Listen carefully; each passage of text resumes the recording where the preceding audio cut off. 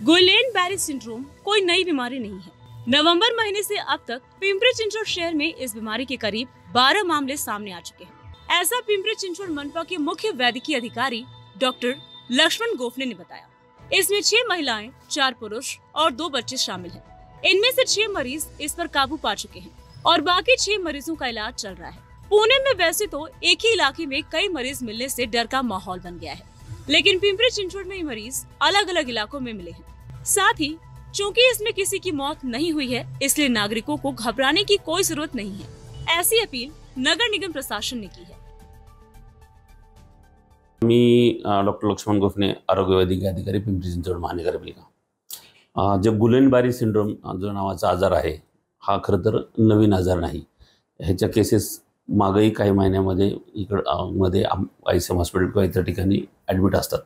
जो काही पुण्यामध्ये सध्या जास्त केसेस दिसतात तो एक क्लस्टर आहे त्यामुळे कदाचित त्याचा विचार केला जातो। आपल्याकडे आज अखेर साधारणतः 12 केसेस आमच्याकडे आहेत, त्याच्यातले काही मागच्या महिन्यातले आहेत, काही ह्या महिन्यातले आहेत। अशा टोटल त्याच्यातले 6 केसेस डिस्चार्ज पण झालेले आहेत। ज्या इतर केसेस आहेत की त्या काही ICM हॉस्पिटलमध्ये ॲडमिट आहेत आणि बाकी 2 पेशंट्स बाहेर ॲडमिट आहेत। हे सगळे पेशंट्स स्थिर आहेत। नागरिकांनी कुठल्याही पद्धतीची घाबरायचे कारण नाही। सदर आजार हा जर का काही पाणी किंवा ह्याच्यामध्ये दोष झाला तर इन्फेक्टेड पाण्यामध्ये किंवा ह्याच्यामधून जुलाब किंवा ताप येणे ह्याच्यानुसार जो व्हायरस शरीरामध्ये राहतो तोच इन्फेक्ट करतो नसावर आणि त्याच्यामुळं कदाचित पॅरालिसिस सारखे सिम्पटम्स येतात। परंतु सदर आजारामध्ये जे दगावण्याचं प्रमाण किंवा धोका हा खूप कमी असतो। सदर आजाराला ट्रीटमेंट ही अतिशय चांगल्या पद्धतीचे जे इम्युनोग्लोब्युलिन्स असतात। त्यामुळे माझं पिंपरी चिंचवड नागरिकांना व शहरातल्या सर्वच नागरिकांना माझं आव्हान आहे, ह्या आजाराबद्दल कोणी घाबरू नये।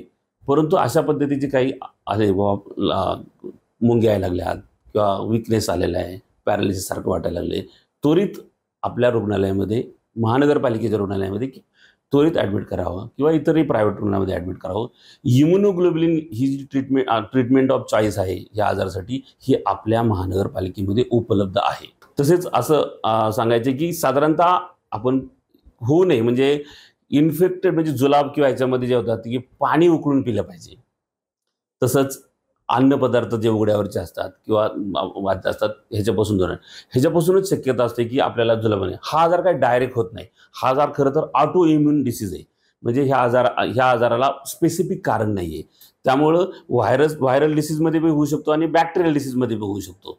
तर ह्याच्यासाठी काळजी घेणे म्हणजे एकच आहे की आपण पाणी उकळून गाळून पिणे, स्वच्छ पदार्थच खाणे किंवा बाहेरच्या अवांतर खाऊ नये, एवढीच काळजी घेतली पाहिजे। बाकी ह्या आजारापासून घाबरण्याचं काही कारण नाही। धन्यवाद। Bureau report, VSRS news, Pimpri Chinchwad.